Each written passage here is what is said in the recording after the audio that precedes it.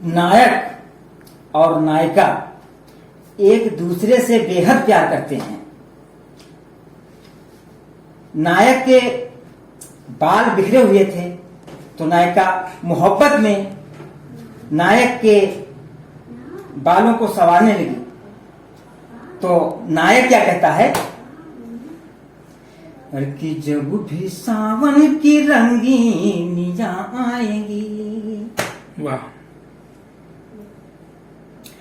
अरे जब भी सावन की रंगीनियां आएंगी, जब भी सावन की रंगीनियां आएगी, चंद यादों की कुछ बदलियां आएंगी। वाह वाह। अरे चंद यादों की कुछ बदलियां आएंगी। वाह। और मेरी जुल्फे सवारी हैं जिसने कभी, जी।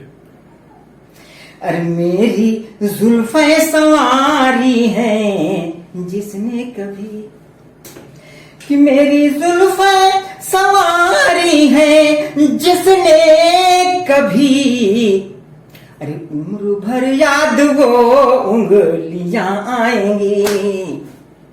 वाह वाह। उम्र भर याद वो उंगलियां आएंगी।